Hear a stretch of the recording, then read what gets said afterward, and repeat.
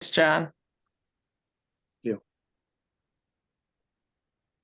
Thanks, folks, for coming to our climate policy session of the NYSAC workshops.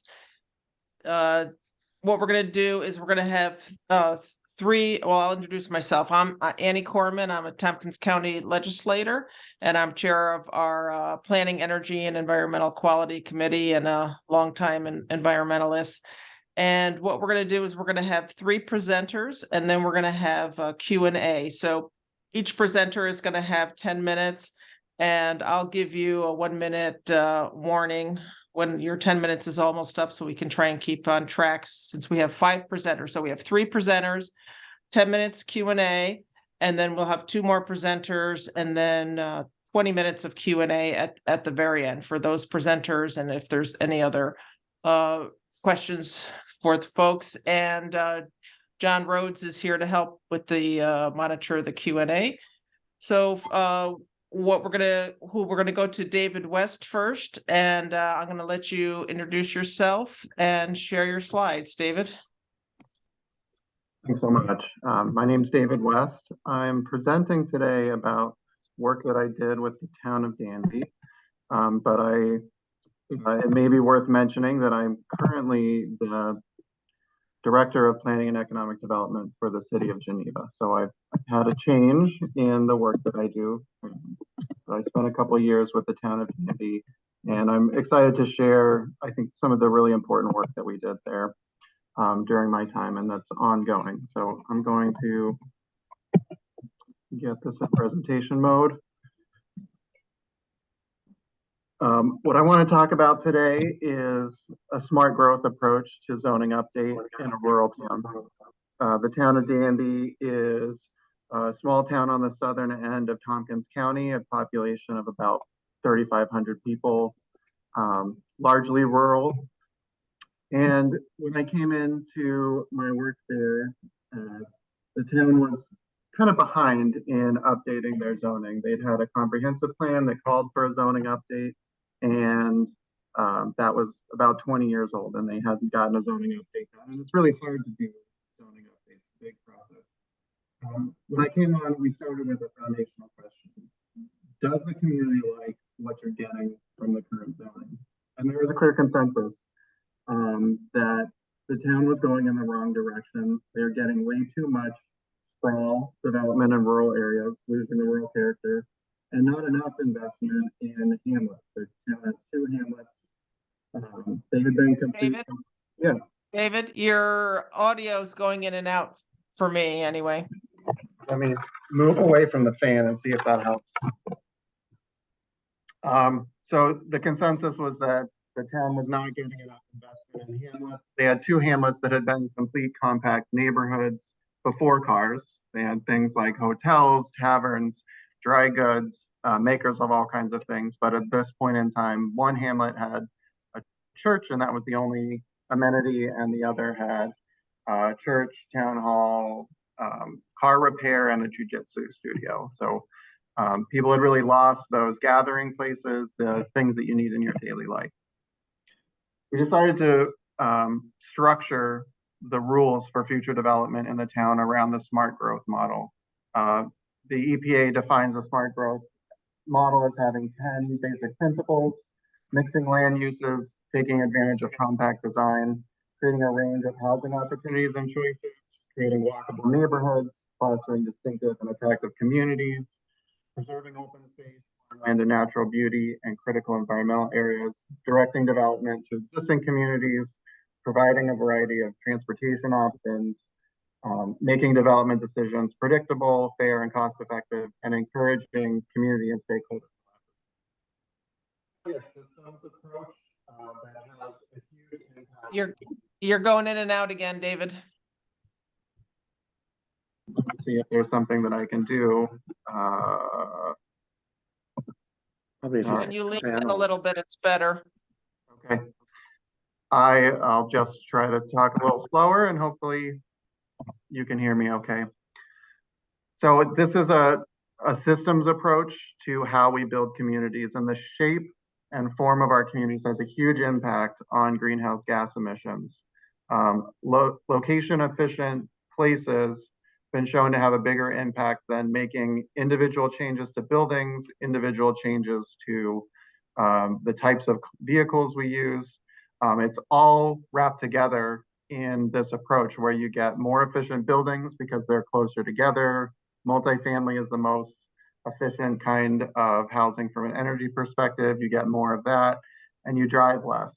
And studies have shown that there's a direct ratio, a 1-to-1 ratio between the vehicle miles we travel and our household emissions. So thinking long-term, we really have to combine all of these things together in a smart growth approach that creates sustainability at the neighborhood level.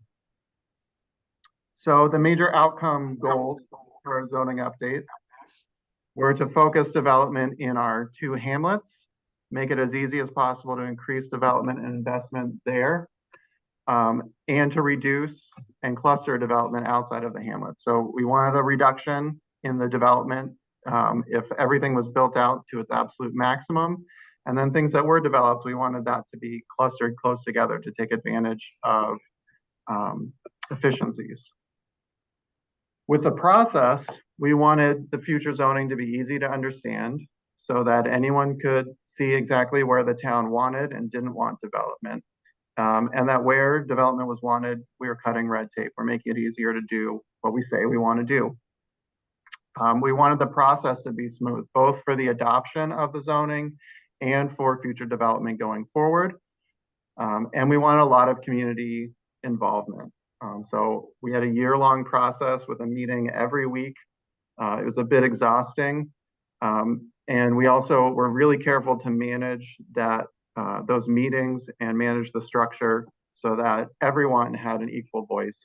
It's really easy for some people to have an outsized voice in these kinds of conversations. We made some compromises in coming to where we ended up. So in our hamlets, we allow a lot more, and a lot of options are by right with smaller review, but it comes with some design regulations so that as we're getting denser, we're doing it well and making sure that the development that we get contributes to the whole of a compact neighborhood. Outside of the hamlets in the rural parts of the town, we reduced the total development allowed. We have larger minimum lot sizes, but we gave people more flexibility in how they could do that. So we got rid of some kind of gotcha rules that we previously had, like we previously allowed relatively small lots, but you have to have. If you're in the yellow room and you're trying to join the climate policy panel discussion, you just have to hit X on your computer, and that will take you to the screen with the Zoom link, and click the Zoom link, and you'll be in the panel discussion. Remember, just hit X on your computer, and that'll take you to the panel discussion. Thanks. We'll keep going. So in our process, we had over 40 hours of meetings that were all stored on YouTube and were open to every member of the community to participate in. And we also augmented that with asynchronous ways for people to participate. So we had posts in Facebook groups, emails, surveys. We had in-person walks, which was kind of this was during COVID, so there was fairly limited things we could do in person, but taking a walk outside was one of them. We have a farmer's market that we showed up at, and we had at the end of the process, we had a Crack the Code event where people who were concerned or worried about the process could try to propose something that was the most terrible thing they could think of and see if it was allowed under the code.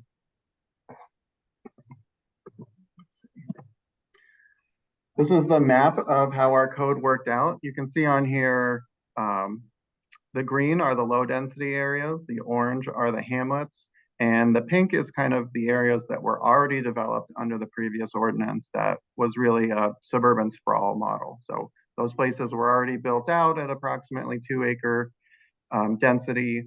We left them alone. In most of the rest of the areas outside of the hamlets, we dramatically increased minimum lot sizes. In New York State, there really isn't a lot of history of super large lot requirements. We kind of bumped up past what has been tried in court. So we have a 10-acre minimum lot size. In other states and out west, there's good evidence that it's a really good idea to have a 20-acre minimum lot size for places you really want to keep rural. But that was, I think, just a leap a little bit too far. 10 is where we could find compromise. We did actually have a 20-acre requirement for areas that are existing state forest if they ever become not state forest. We had agreement there. And then in the hamlets, we got rid of minimum lot size entirely. This is where we want people to develop. So we got the zoning out of the way. There's no minimum lot size. There's no parking requirement. There's no minimum lot width. We're encouraging compact development in these areas. The town has the issue of not having a lot of infrastructure. So that's a barrier to density now, and it's something the town's continuing to work on. But with the zoning, we set the table for these.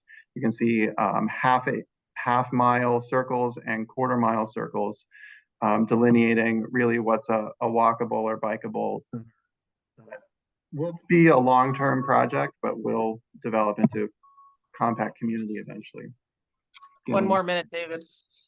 Great. So those we have 10-acre lot size, and then we have really small lot sizes. We did this all with really simple text changes. So here's one example. In the old code, it said you have to have as much space as a huge amount of space for each additional building on a lot. With the new code, we just changed a few words and did it in a way that was really easy for people to understand. This picture is a historic image of the Danby hamlet. A lot of this is gone, but it's really what they're going back to. By not allowing this kind of sprawl and allowing the kinds of places that people wanted to see, as well as small retail by right and rural commercial typologies. So how's it going? In the town, rural subdivisions have been significantly reduced and larger. There's multiple new development proposals, purchases, and projects in the central Danby hamlet. We did this all in-house without a consultant, without a flashy code, but it's not perfect. And the town is continuing to kind of review how projects come in and make changes to the code as we run into problems. So some of the first projects, we imposed a mandatory maximum setback. And when people are working with existing buildings, it was hard to meet. So that ongoing process of making small tweaks, see how things go, and then changing them to get the kind of place you want is the approach that the town's taken. Thank you very much, David. I know it's hard to squish it all in 10 minutes. So next up is Rebecca Evans, and after that will be Terry Carroll. For those of us just joining us, this is the climate policy session. And Rebecca, are you able to share your screen?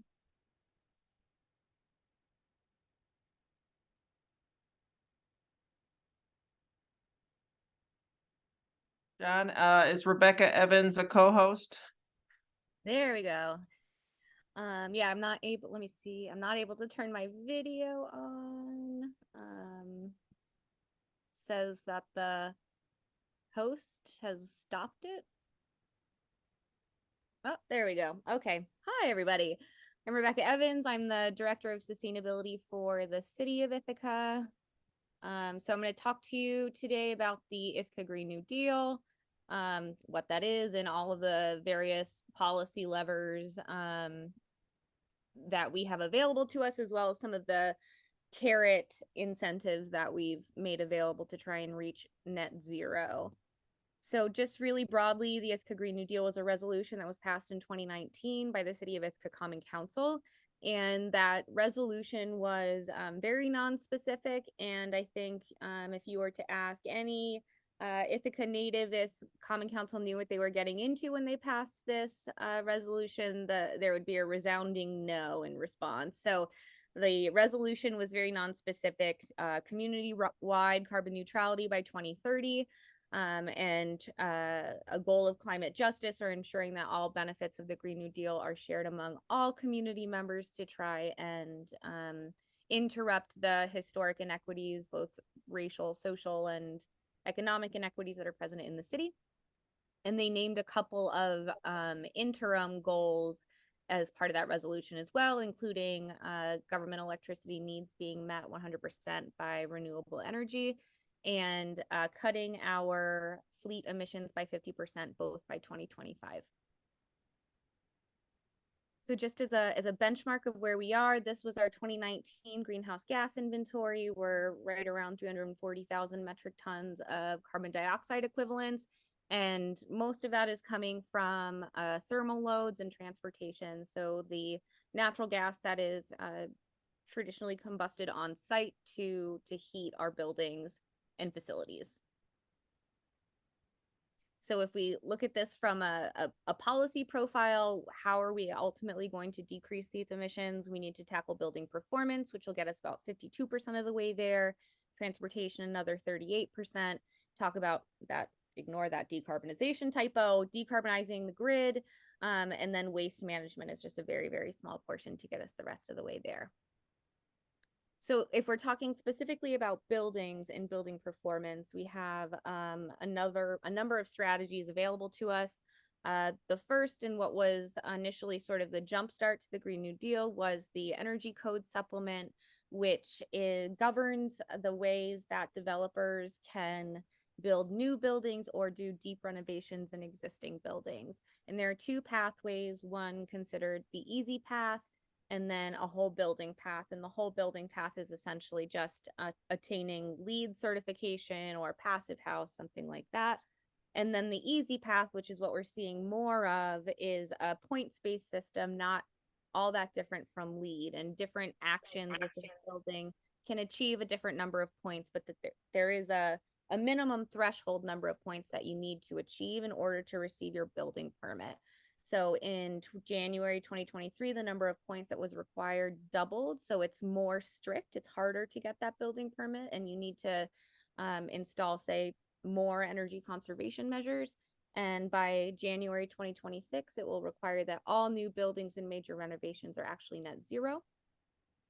As a backup to this, we're also deploying a community choice aggregation plan, which is essentially the aggregation of all energy accounts in the city and empowers municipal government to purchase energy on behalf of residents to achieve a greater portfolio of renewables, and to hopefully achieve lower costs than if an individual homeowner, say, were to go to market trying to purchase renewables on their own behalf. So our goal is that all of the supply will be 100% renewable for electricity. And the model that we're using is opt out. So if an individual wants to enroll, they don't have to do anything. They're automatically enrolled into this program, but they do reserve the right to opt out of it if they so choose. We're also looking at building performance standards. So this is going to be primarily for commercial buildings over a certain threshold of square footage that are required to meet total energy use intensity reductions. So this might be building envelope work, insulation, air sealing, that sort of thing, installation of LED lights. And that is still being considered right now, what that actually looks like and what is the threshold of square footage that would be required. So we're working with a group at Cornell to do the analysis to see, benchmark where we are today versus where we want to go. And then we also have a couple of carrots in our tool belt here as well. It's not always just sticks.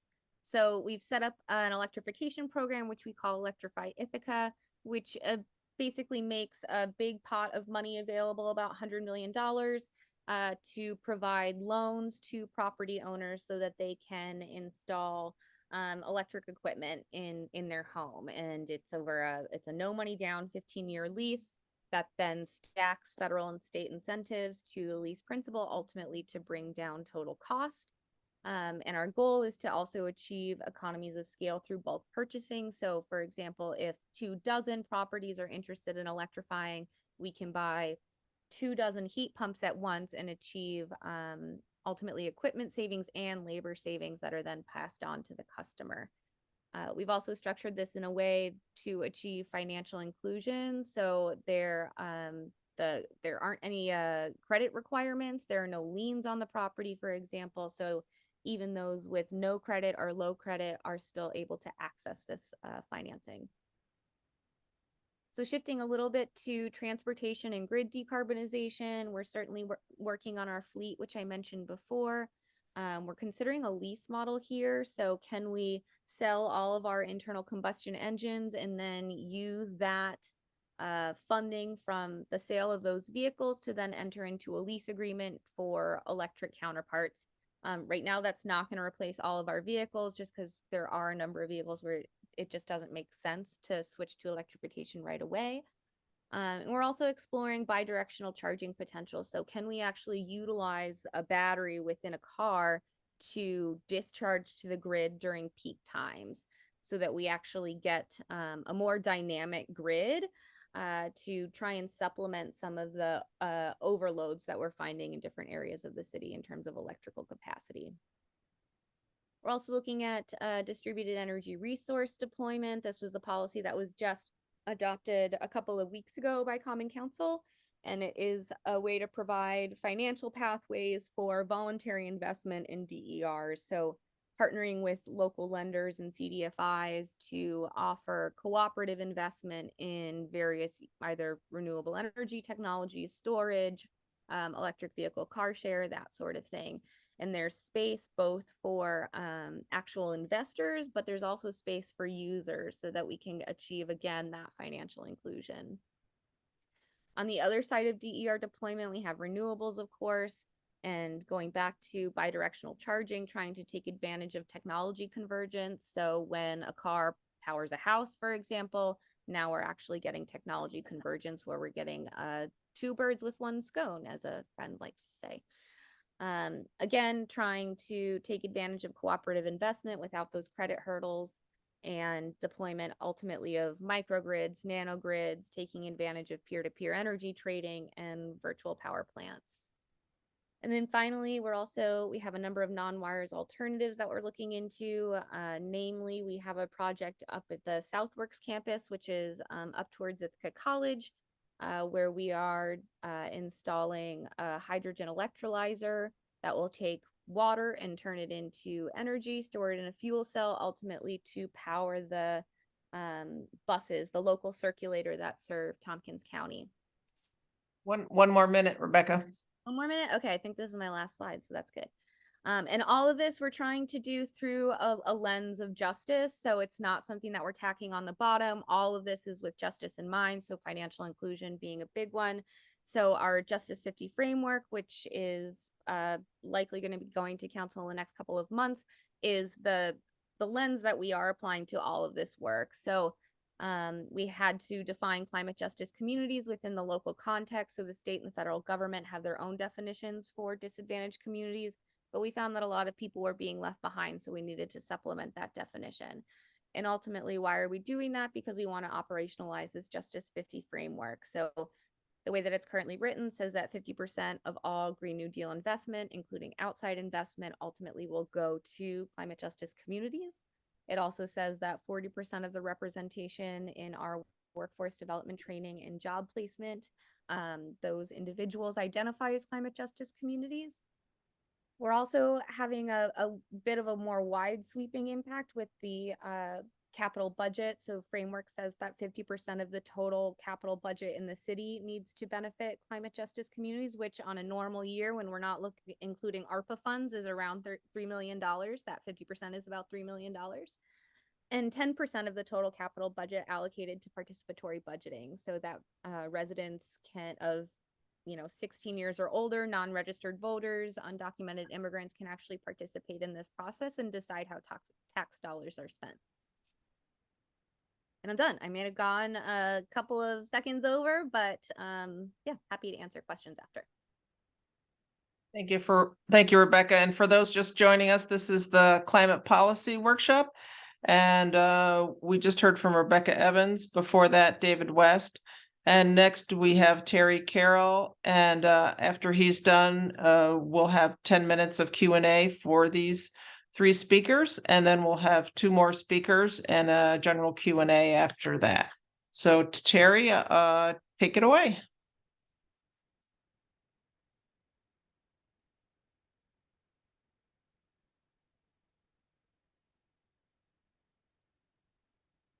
Sorry, searching for the unmute button. All right, here we go.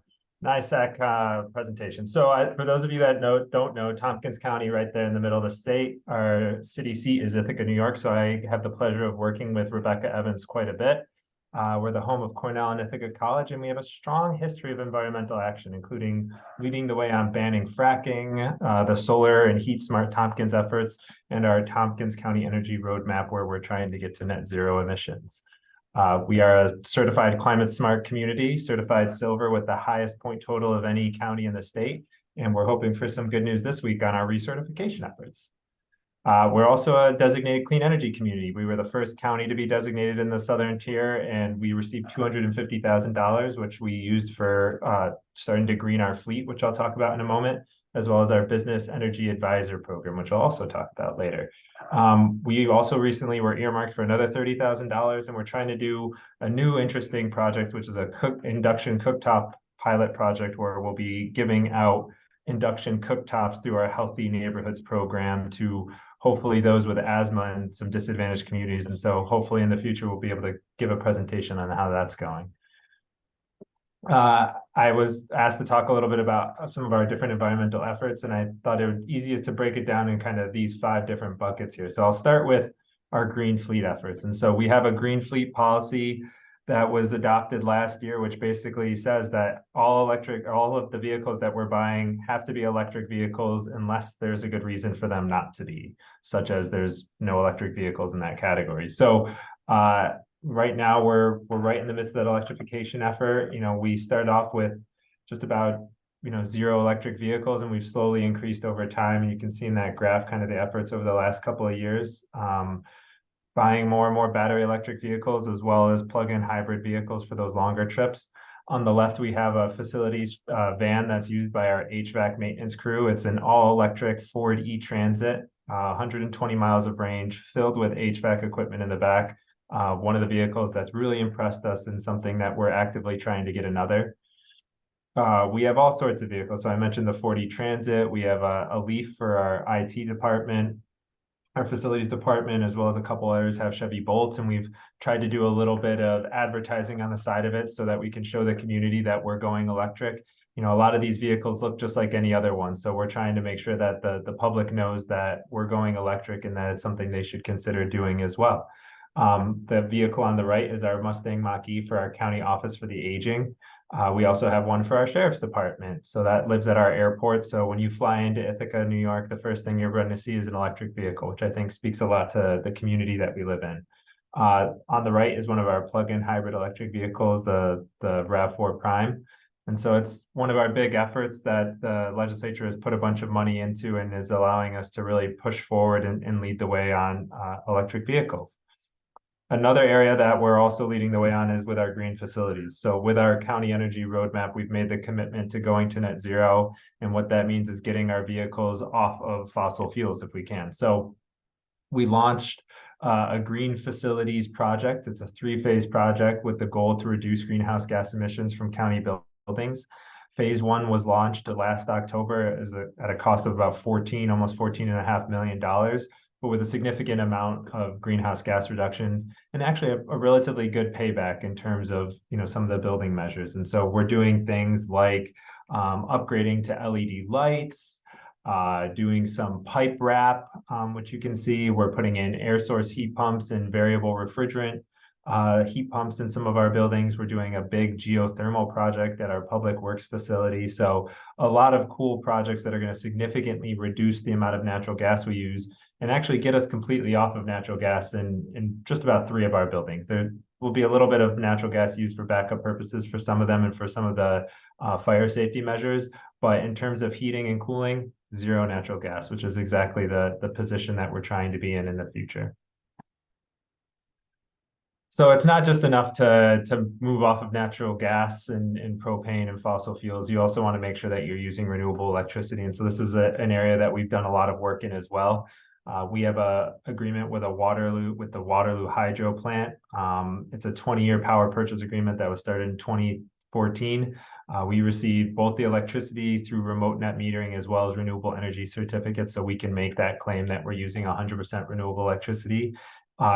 electricity from a hydro plant is pretty variable, as you can see from this graph, but in a given year, it'll supply anywhere from about a third to half of the county's energy usage. So we're very happy to have this as part of our repertoire. But as I said, that's not quite enough. So we're also looking at other unique and innovative solutions. We've been working with NYSERDA's Build Ready program, which looks to transform difficult sites into renewable energy assets. And so this picture here is a picture, an overhead shot of our Caswell closed landfill. It's been closed for over 25 years, and we're talking with NYSERDA about putting a 10 to 13 megawatt solar array on there, along with a battery storage. So that would be a significant amount of electricity that the county would be helping to provide to the community and to the grid at large. Similarly, we are looking at our international airport, the Ithaca Tompkins International Airport, to see what opportunities are there. So we have a solar parking lot canopy. We have one row right now. We're looking at expanding that to be potentially the entire parking lot, as well as exploring where we could put smaller scale storage along with, or smaller scale solar along with storage along the runway or in other parts of our airport footprint. So, in the upcoming years, the next time you come to Ithaca, you might see our airport with a lot more solar in it than it currently has. And then the last thing I'll say about renewable electricity is we're trying to guarantee that all of our operations uses 100% renewable electricity. So for all the electricity that we're not currently being supplied by that Waterloo Hydro facility, we're counting on our agreement with Constellation to provide us with renewable energy certificates. And so this is an example of one of those certificates. It was for 6,000 megawatts essentially from 2022, which covered the entirety of our electricity usage. And in this case, it came from wind. Mitigation is a lot of what I've talked about, but we do a bunch on adaptation resiliency side as well. As many of you know, we're already starting to see the impacts of climate change. And so it's something that we're trying to prepare for and make sure that we're building a resilient community. Some of how we do this is with our natural infrastructure capital program. Our legislature has supplied consistent funding to this program that enables us to partner with groups like the Finger Lakes Land Trust to buy land and preserve wild, forest and help with water quality and preserve shoreline from erosion and impacts that you'll see from larger storms as we start to see climate change rear its ugly head.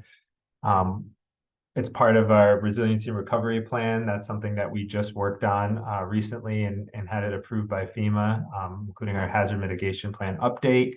We're working on harmful algal bloom strategies, which I know there's a water quality panel going on at this time. So, after I'm done talking, you can head over there and hear more about this. And so we're working with the Tompkins County Water Resource Council, a whole bunch of priority areas, and really trying to do what we can around harmful algal blooms.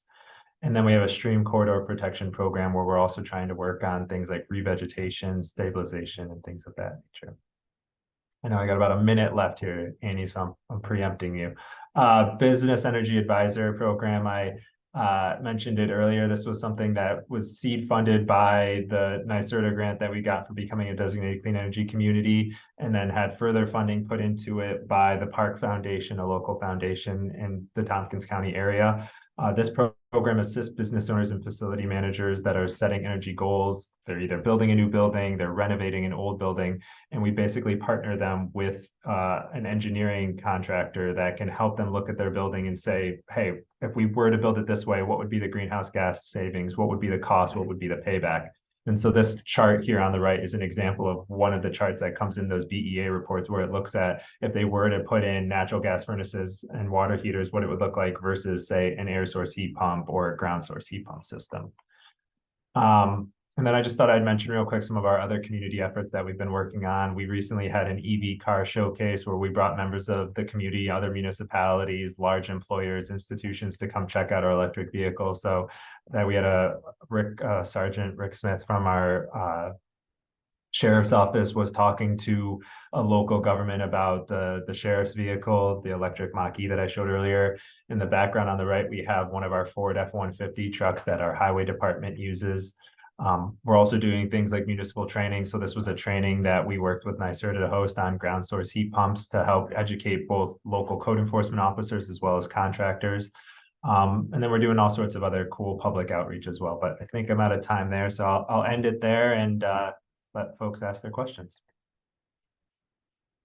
Thank you, Terry.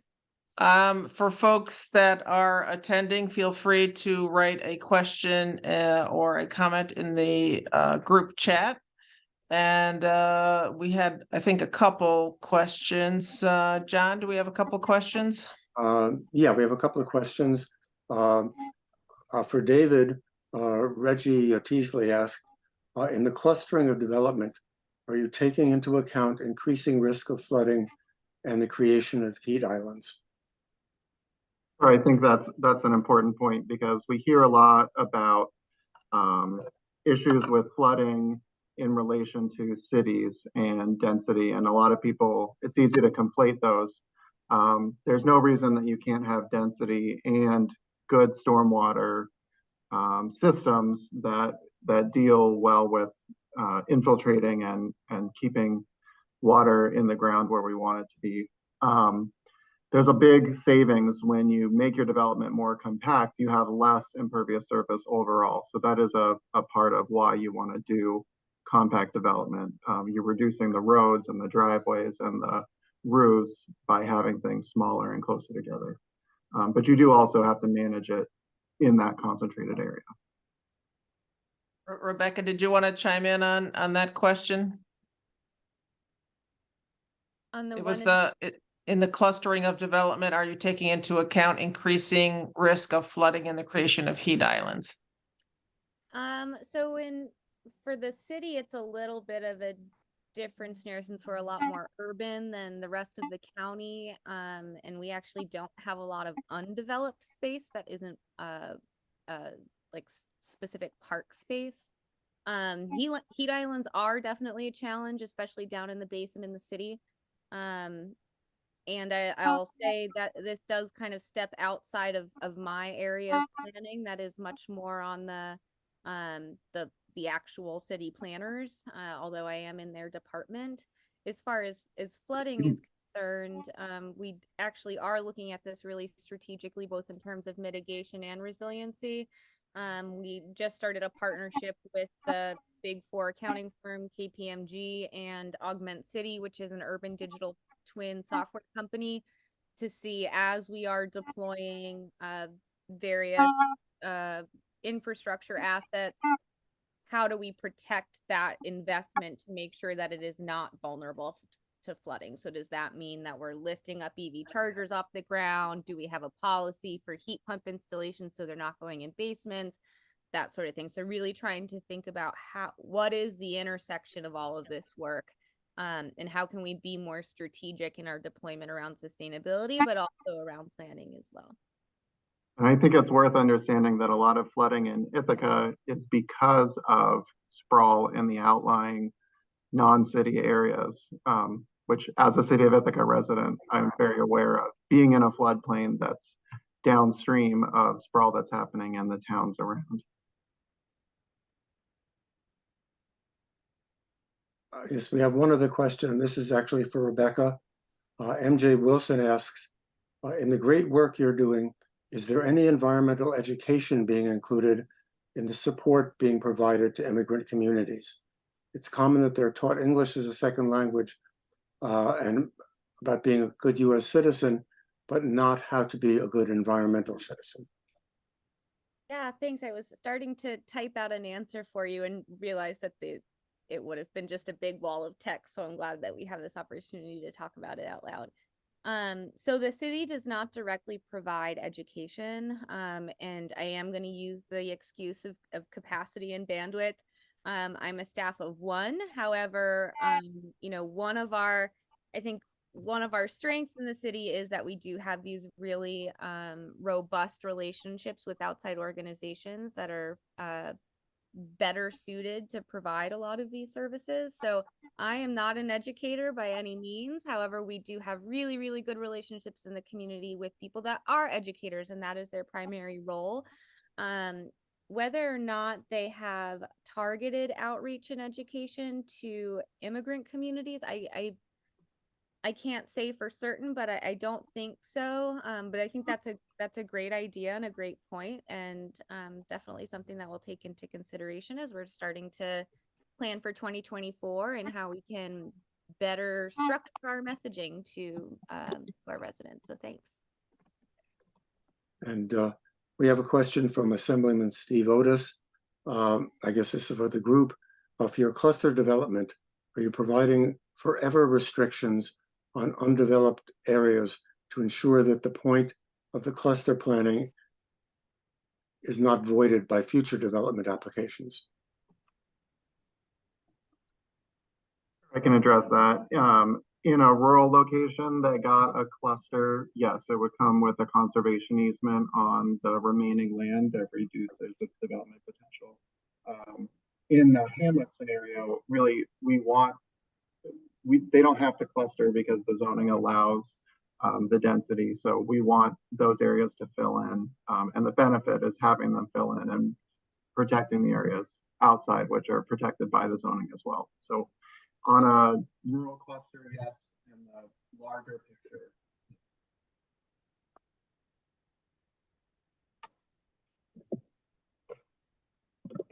Okay. Next question is from Martha Robertson to David again. How can the hamlets develop more density without water and sewer infrastructure? What has the health department said about this? Turn off my video to hopefully help my audio. Infrastructure is a major barrier, and New York State's rules about New York State has a smart growth policy that says we're not going to generally put new infrastructure where we don't have it, which funnily enough in this case gets in the way of doing smart growth in some of our hamlets. But we have been working with the Tompkins County Health Department. We did a study looking at alternative, more compact kinds of on-site wastewater treatment, and also the ultimate fix is really developing a neighborhood-based system of wastewater and drinking water infrastructure. It's a really important part of being able to meet that density. You can do some creative things like having thin, long lots that have enough space for septic, or having clustering septic is difficult when you have single family ownership, but more easy in rental and commercial applications. So it's a major barrier, but I don't think it's not impossible to overcome, but it requires work, both in combination with health departments in New York State. Each health department makes a lot of these calls themselves without a good state perspective. So some things that are legal in some counties are not legal in other counties.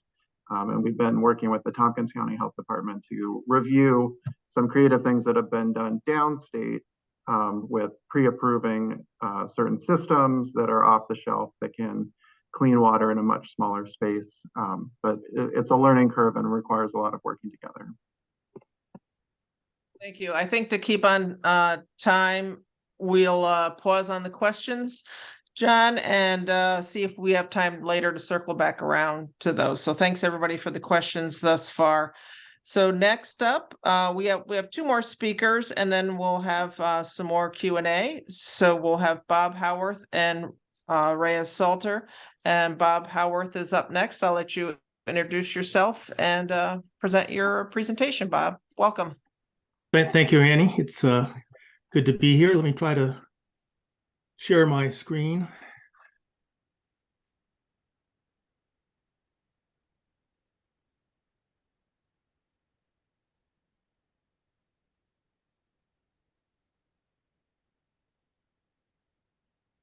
There we go. I'm Bob Howarth. I'm a faculty member at Cornell University, and I'm also a member of this agency we call the New York State Climate Action Council. And I was asked to give a brief overview of some of what the council's been doing and some of the work that's we approved last year. I wanted to highlight on the role of beneficial electrification and degasification of our homes and commercial buildings. That's major priorities. So for those of you who don't pay close attention, New York passed this incredibly progressive climate law 4 years ago now in 2019, the CLCPA. It has many parts. I'm highlighting just a couple of them here. One is that it calls for a 40% reduction in all greenhouse gas emissions statewide across all economic sectors relative to 1990 by 2030, so just 6.5 years from now. There are other targets later on, but that first 40% is a very, very important and aggressive target. The law also says that priority should be given for benefits from the law to go to historically disadvantaged, and my colleague Reyes Salta will be talking more about that in a minute. Well, the law has these goals, and they are requirements, but the law is a little vague on the details of how we'll get to those goals, and so it set up this group, the Climate Action Council. And we were charged with producing the blueprint for implementation. It's called the scoping plan. By law, it had to be completed by last December. And we indeed came up with a plan, which I think is quite good as of last December. The year before that, we had a draft plan, which we put out for extensive public discussion and debate and feedback. So a tremendous amount of effort behind this plan. Climate Action Council has 22 members altogether. The co-chairs and 10 of the members are established by the statute. They're commissioners and president of the Long Island Power Authority and other such people. And then there are 10 of us who are appointed under the law. Raya, who'll be talking in a moment, was one of the individuals appointed by the Democratic majority in the Senate. And I'm one of the individuals appointed by the Assembly Speaker, the Democratic side. So this shows the greenhouse gas emissions for the state of New York as a whole as of 2019. And what I want you to notice here is that the building sector is the single largest sector. About 32% of our total greenhouse gas emissions are coming from buildings, mostly for heating. That's probably a lowball estimate. I'm thinking a better estimate would be even up towards 40%. But it's the number one sector that we need to hone in on if we're going to meet the climate targets for the state. As for the other big sectors, transportation, we have good goals and a good plan in the Climate Action Council's scoping plan. But as many of you know, the state is somewhat tied in what they can do. We can match what California is doing. We can match what the US EPA allows us to do, but we can't really step out in front of either one of those. So we're mostly looking to California for leadership on there and following closely what they're doing. Electricity is the third largest sector. We're well on target to move to 100% renewable electricity on the timeframes the law mandates. But that biggest sector, the building sector, is also the most challenging. We can't really look to California for that. We have to have a homegrown plan. So what the scoping plan came up with is a big push to beneficial electrification, use of heat pumps, induction stoves, and things of that sort. For new construction, no fossil fuels will be allowed. Our scoping plan suggested by 2025. The legislature and Senate have since enacted into law guidelines here. They pushed that back until 2027. That's for new homes and low-rise residential buildings. We propose 2028 for new commercial buildings and higher-rise residential buildings. And again, the legislature and the Senate put that off to 2030. But eventually, we will have no fossil fuels in new home construction. We still have 6 million single-family homes heated with fossil fuels in New York, plus a lot of commercial buildings and larger residential buildings as well. So the plan calls for 250,000 retrofits with heat pumps per year. That's about 10 times faster than the state has been moving over the last several years. So it's an ambitious goal. We're behind on that at the moment, but the plan calls for increased incentives as well as low-cost public and private financing. I'm delighted to see this is actually happening in Ithaca, as we heard earlier this morning. After 2030, the plan calls on a prohibition of purchase of any new fossil fuel appliances, stoves, water heaters, furnaces, et cetera, if they were to die. And so we need to be replacing those over time before then, or as they come to the end of their useful life after that time period. And we're also calling for a big focus on refrigerants, which are less contributors to greenhouse gas warming on their own. Now this shows the what we expect the greenhouse gas emissions to be in the state over time, 2020 to 2050. On the top is the business as usual. Emissions would go down even if we had no law. Society as a whole is moving towards better technologies. But the targets of the CLCPA are there, that 40% reduction target in 2030 and 85% reduction in Everyone in the 2050. yellow room, if you want to join the climate policy discussion, please click X on your keyboard and that'll take you. So we would we need to do much more than business as usual to meet those targets. We have several scenarios in the plan.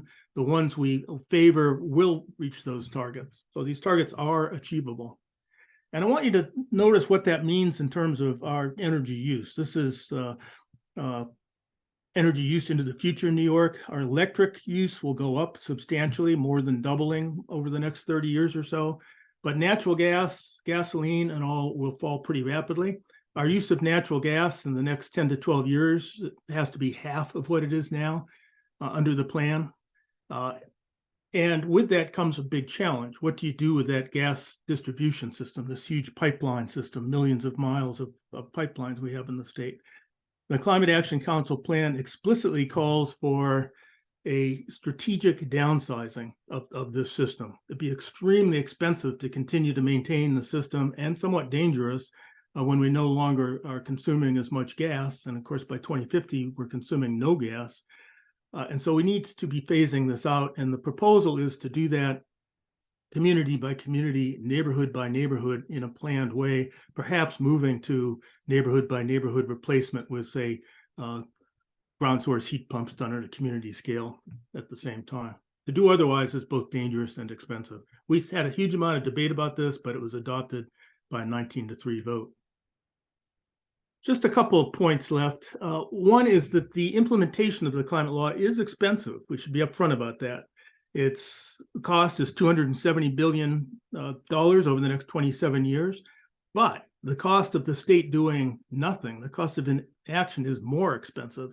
And we estimate the cost of at least $400 billion in health costs and costs from climate damage if we were not to enact the plan. So there is a net savings despite the high cost in enacting the plan.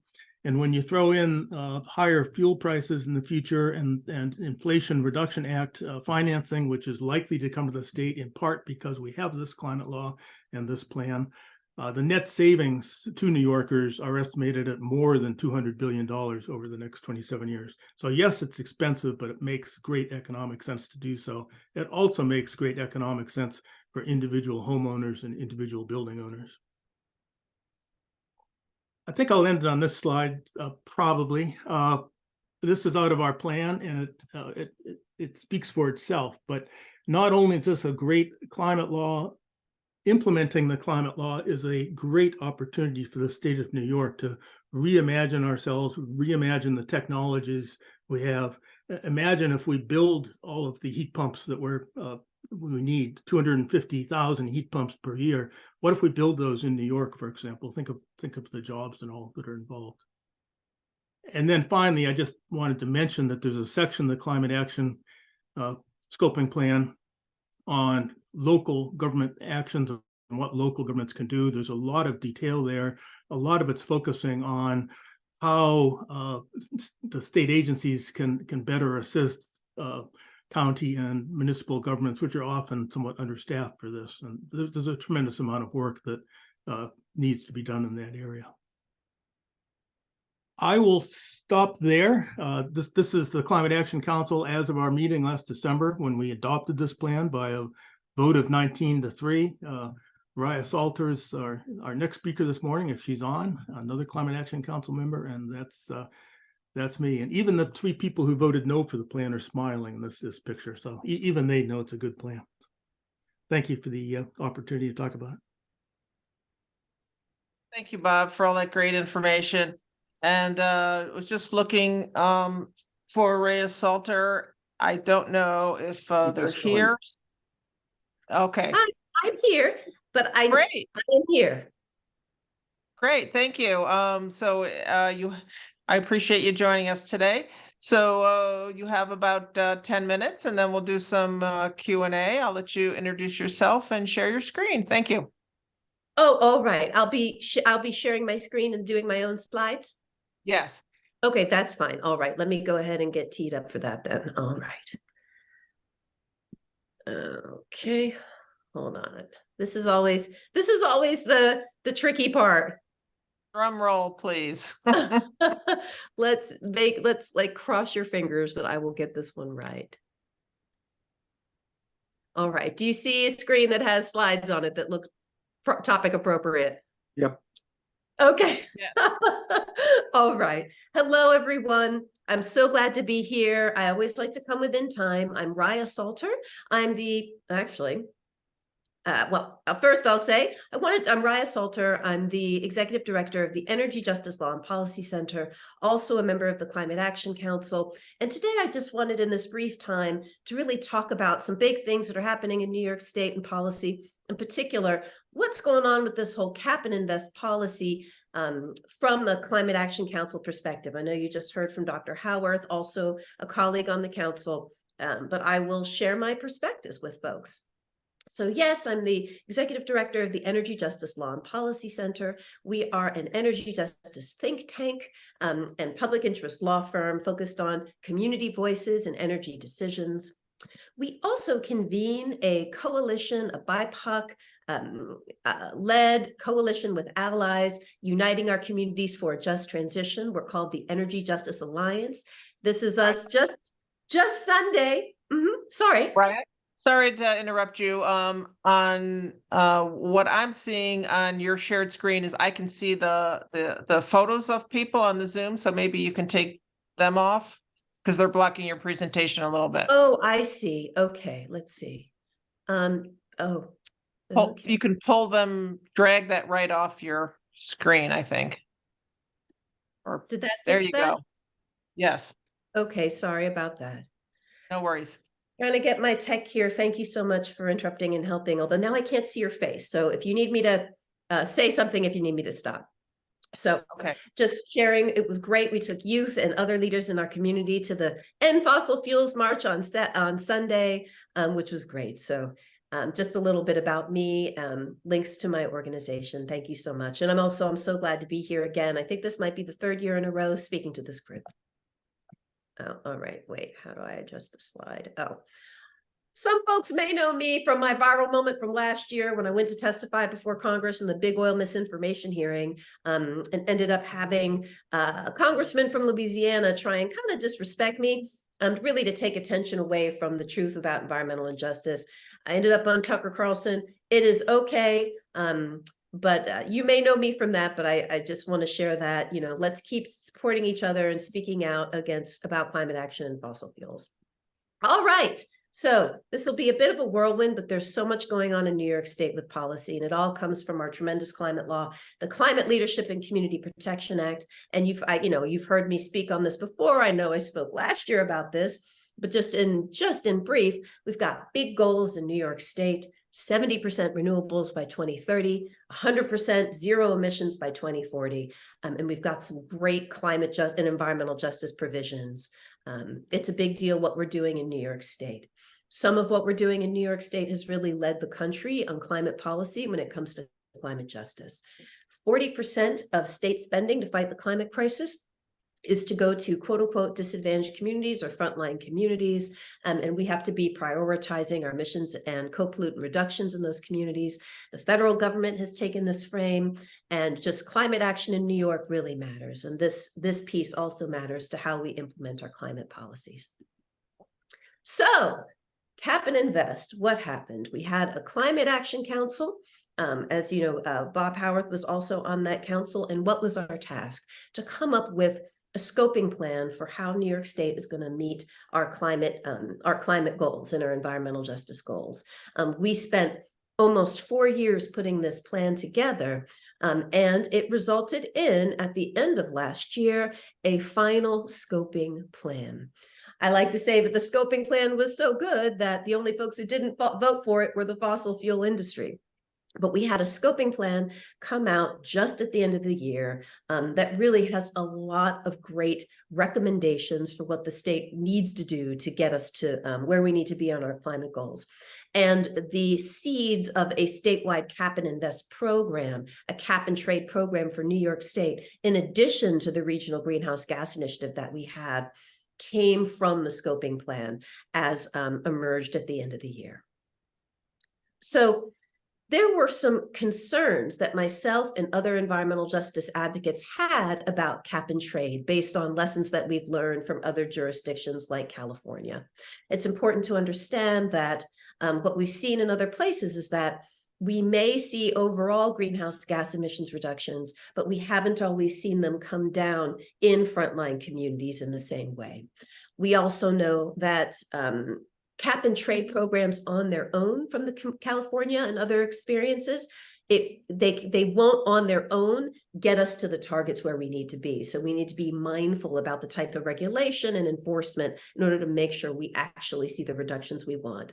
We need to make sure that if we're raising money from a cap and trade program, that those investments are equitable and effective. And of course, we need to prioritize emissions and co-pollutants in our frontline communities. So what did the scoping plan say about this? So the scoping plan sort of said, okay, we hear you about your concerns with the cap and trade program in frontline communities. So as we roll out this program, let's have some important conversations about maybe we'll limit, how trading is done, and think about how if frontline communities are co-located near these plants, how can we make sure that we're doing air monitoring, that we're putting caps in a way that we actually see reductions from the major sources where frontline communities live? So the scoping plan just put the seeds of what cap and invest could look like and kind of gave again, a roadmap of how we might be able to do it.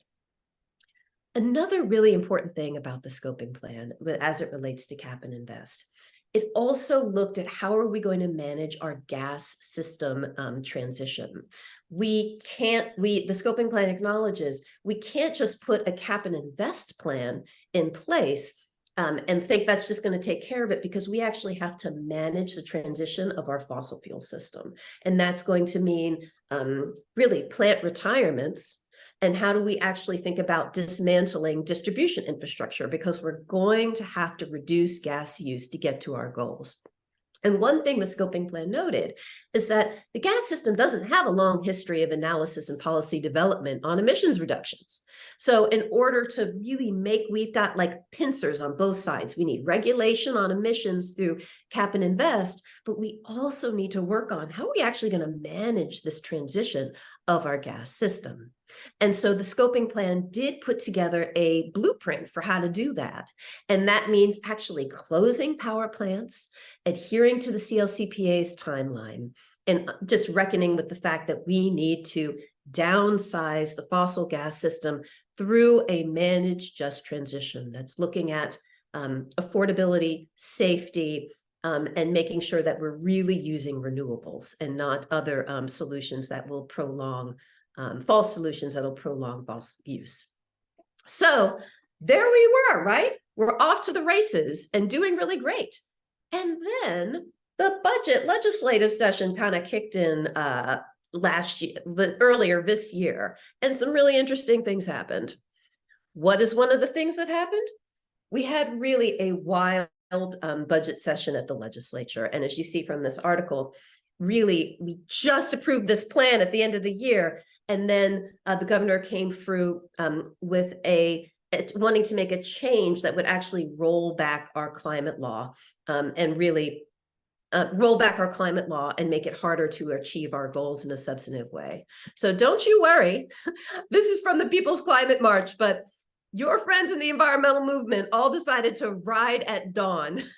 We came back united and really told the governor that it's not okay to roll back our climate law, to change the way we account for methane and sort of move the sticks back so the fossil fuel industry doesn't have to take action as aggressively as they really need to do.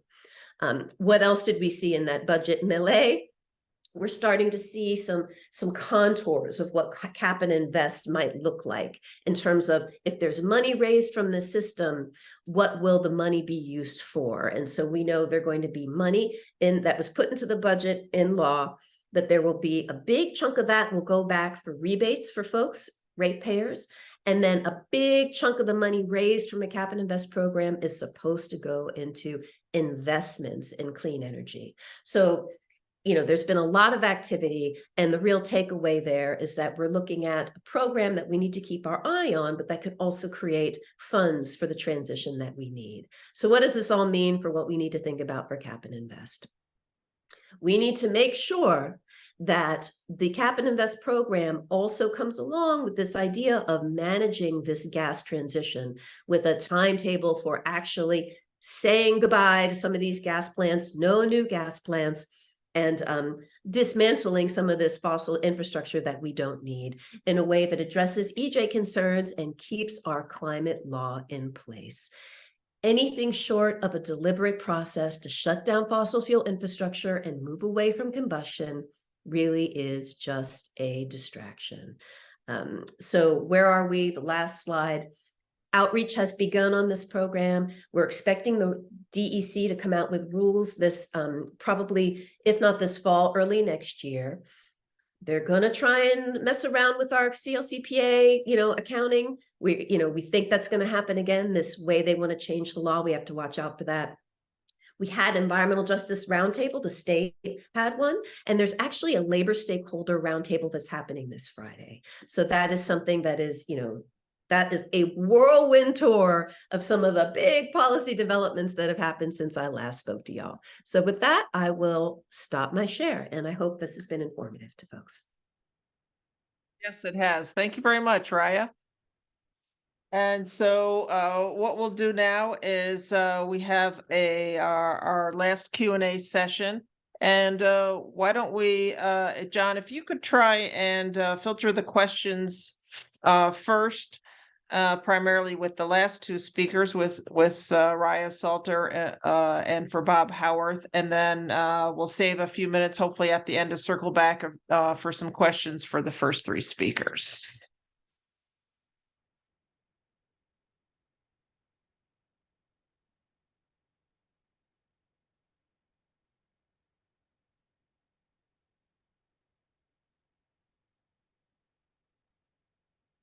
Don's decided to take a break.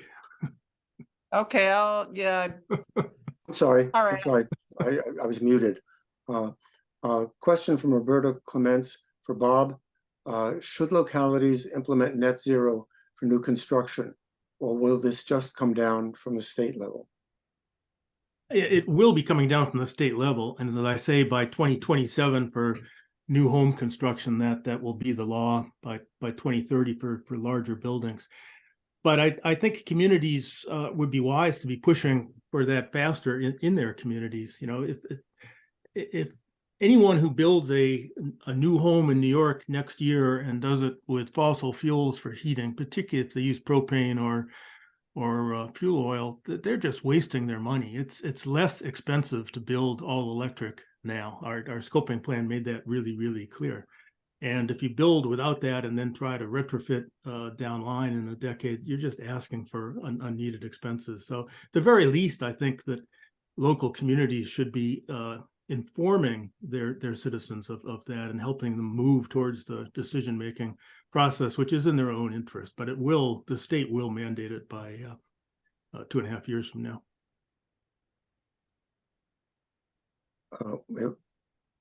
We have a question from Martha Robertson, I guess for both of the panelists.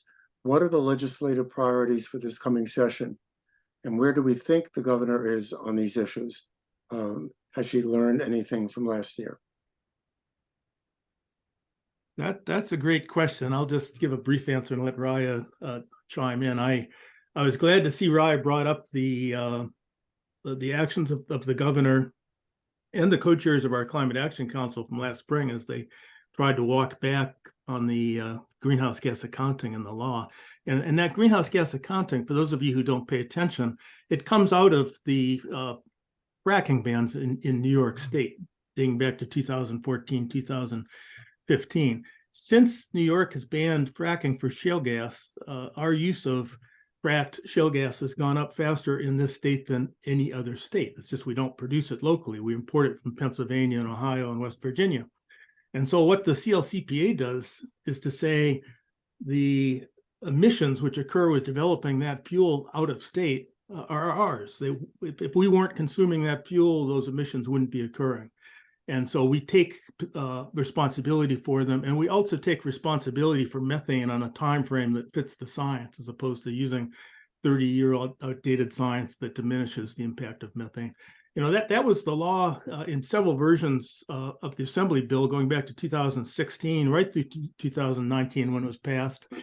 In the 3 years that Ryan, I, and others sat in the Climate Action Council, no one challenged that in public. We got thousands of public comments and input, debate, discussion. No one challenged it. And then out of the blue, the lobbyists hit up the governor's office, and she starts backing away from it just this past January. Luckily, we collectively in the state beat them down. As Raya says, that'll probably be coming back up. And so the legislature should certainly be paying attention to that. Other than that, there's some things that the legislature clearly should be doing out of our Climate Action Council plan. One of which is 100-year-old law still requires free gas hookups to any new construction. That's crazy, given that we're going to be banning gas in new homes in just a few years. And meanwhile, it's a free subsidy. That law should be changed and amended. So, and there are many other things, but I'll let Raya address it.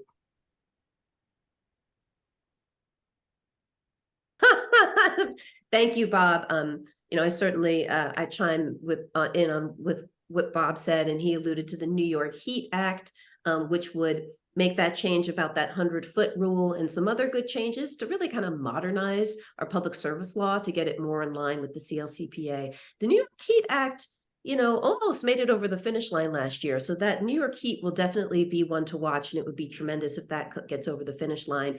We're going to have to hold the line on our climate law. There are nasty bills, we'll call them nasty bills, creeping forward that would like to change the definition of what is renewable to allow so-called alternative fuels that really aren't renewable or really aren't clean, certain types of hydrogen, renewable natural gas, and biofuels to sort of change the way they're defined so that they would be included in the climate law. And then there's several other, packages of progressive legislation that we're gonna, that are gonna be on the table. Hopefully we'll see the plastics, bans also taking effect. I think one thing I'll say is that I think cap and invest is so big and it's taking a lot of oxygen out of the room.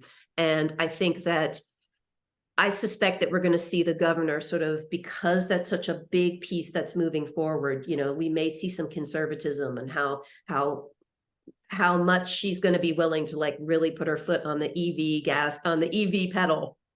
But we need to move forward on these things really aggressively. And there are a lot of things in the plan that really should be acted on now. But I think we're gonna see a governor is going to be really kind of concerned and trying to balance a lot of raw politics and money. Before I get to the next question, just a programming note, because we've just been talking about that. At 12:30, Pete Harcum and Deborah Glick, who are the chair people of the two committees in Albany, are going to be speaking in the auditorium probably about this very issue. So that might be of interest to people. Please check that out. They're tremendous. Both of them have been true champions. Yeah, I agree. They're wonderful leaders in this area. So yeah, that'll be starting in about 15 minutes. The next question is from Kate Darfler, and this is very appropriate. Could we hear a wee bit more about what municipalities and groups like CACs, what actions they could be taking as part of the CLCPA, and what support is there for the local communities? That's a great question, and I had a slide there that I sort of rushed through at the end, but I'd recommend that anyone who wants to get into the nitty-gritty of that take a look at our Climate Action Council scoping plan from December. There's a full chapter on the details of that, but a couple of things spring to mind, and one is just helping local governments and local citizens come up to speed with some of the issues, things like it really does make sense to put induction stoves in your house and get rid of your gas heat if you have any sort of health issue. Terry Carroll referred to that earlier in a plan that Tompkins County is trying to do. There's all this misinformation out there that's, we're trying to steal your stoves and all that. There's logic for doing all of this. Heat pumps make sense. They make economic sense. They're comfortable. They're affordable. And again, there's all this misinformation out there. So if you're a rural community and heating systems are dominated by fuel oil and propane, you should do everything you can to help your citizens switch as quickly as possible. They'll benefit economically very, very quickly. Payback periods are in the neighborhood of 3 to 4 or 5 years. These are huge savings. People don't understand that. There are state and federal funds available for that. States should be making it more obvious how those funds become available, but local governments can reach out and try and make that happen. If you're a larger community and you have a gas infrastructure system, we need to start degasifying that system, and it has to be done in an orderly, organized way. As I say, I think the best thing to do is neighborhood by neighborhood, and one of the things we discussed somewhat in the Climate Action Council plan is replacing that with neighborhood scale delivery systems of heat exchange water for ground source heat pumps. That's something that the state favors, but towns could really play an important role in trying to do that in their communities. And it just makes so much sense from an economic standpoint, from a safety standpoint, a health standpoint. So I would love to see local governments get engaged in that. I'll say that I agree 1,000% with Bob. That's something that is part of my Energy Justice Alliance. We've been really just trying to get folks together and just spread this news about what's going on. And it's important, as Bob alluded to, we're in an era of kind of relative abundance. Frankly, around this, there's tremendous money coming out of the federal government on many different areas, and we're seeing more come from the state. It can be very overwhelming, but really, folks just sort of have to start somewhere. Just sort of get with your folks and start somewhere. Another thing I'll say is that one of the ways, and yes, look at the chapter, because there's so many recommendations for state and local government, but one of the main ways that the state is using to sort of get out more information and supports are these traditional, like, climate smart communities. Like, you've all, I'm sure on this call, have been getting these emails from the state, from DEC, NYSERDA, about these different programs. Now's the time to pay attention to those emails. Not that you didn't before, but if you didn't before, now's the time to really pay close attention to those emails, because the state is packing a lot, and they could do better in terms of, really doing a lot of pop-ed about this, but they're packing a lot into those types of programs. There's a lot in there. Pay attention to those emails and take up the charge in terms of ambition to qualifying for those programs. I know, bronze, silver, et cetera. Get in that process. It'll do you right in the long run. Do we have time for a couple of more questions? Yes, we do. Okay. One from David West. Basically, he says, in New York, because of home rule, land use pattern as a major contributor to emissions is largely ignored by politicians and environmental organizations. What are state level organizations doing to encourage more resilient and efficient land use patterns? Another fantastic question, and David gave a great presentation on that in the context of Danby earlier today. I don't think most towns are doing enough, and I don't think the state's doing enough. And quite frankly, this is something we discussed on the Climate Action Council, but in the press of other heated debates, it never came to the top as a priority.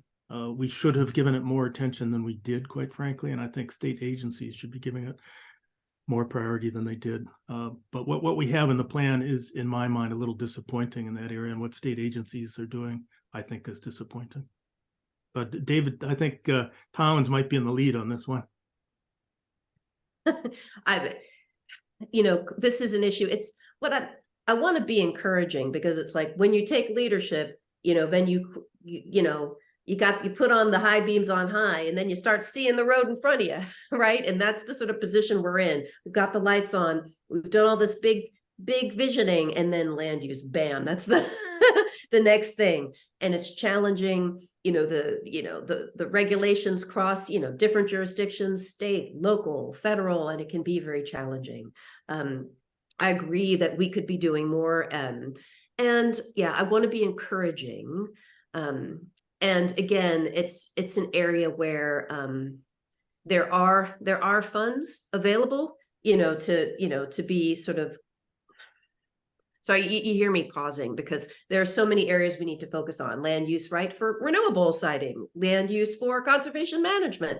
So I guess my advice again is that to the extent that folks can get aware, read the chapters, answer those emails from the DEC and NYSERDA, because we're going to be seeing resources in this area. So, and it's going to take a little while to get acclimated because it is overwhelming. But in addition to Cap and Invest and federal money, we've got the Environmental Bond Act.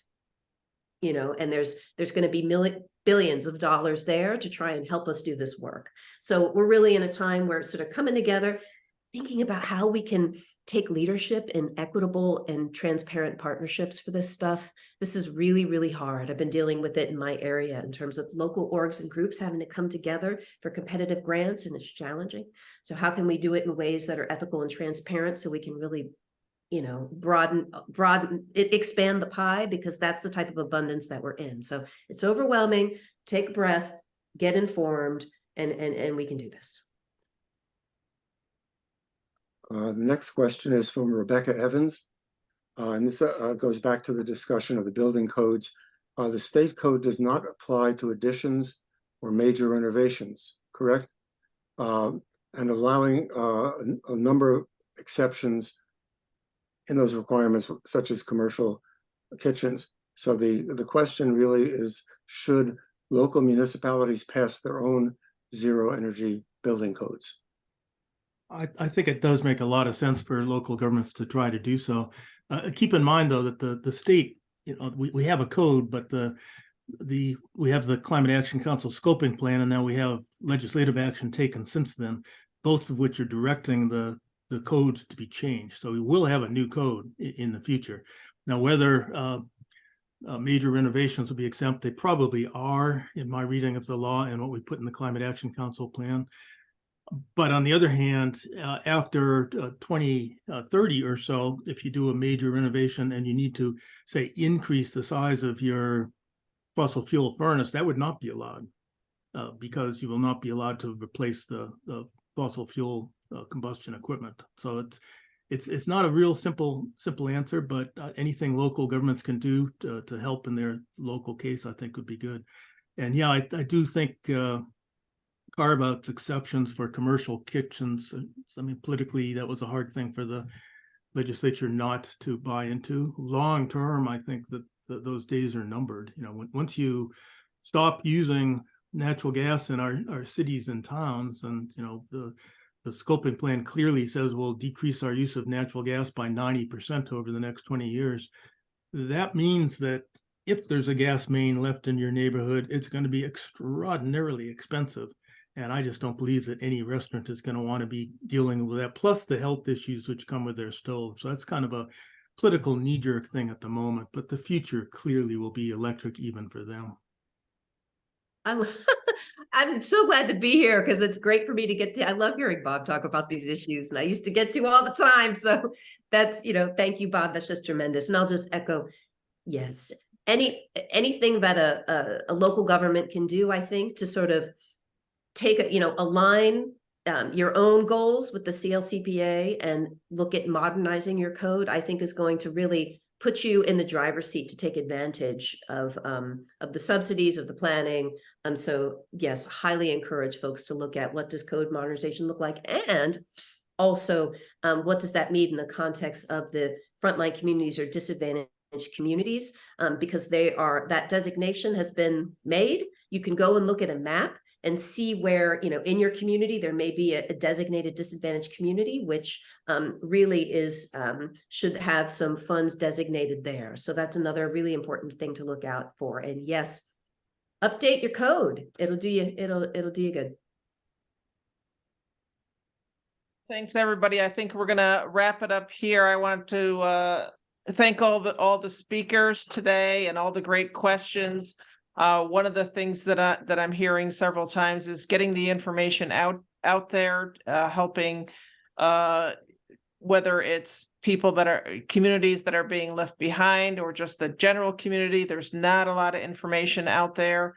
And so any groups that are willing to help with that, I just went to the New York State Association of Counties and we passed a resolution urging New York State to get information out, because what's the in the vacuum of not having the state put out information, special interests are putting out their information, such as people mentioned, like, so we're going to come and take your gas stoves and your gas furnaces out of your house tomorrow.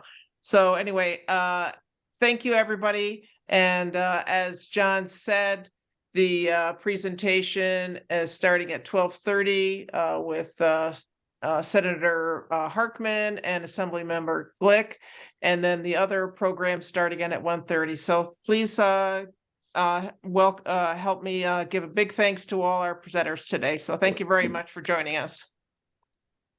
Thank you. See you in the auditorium.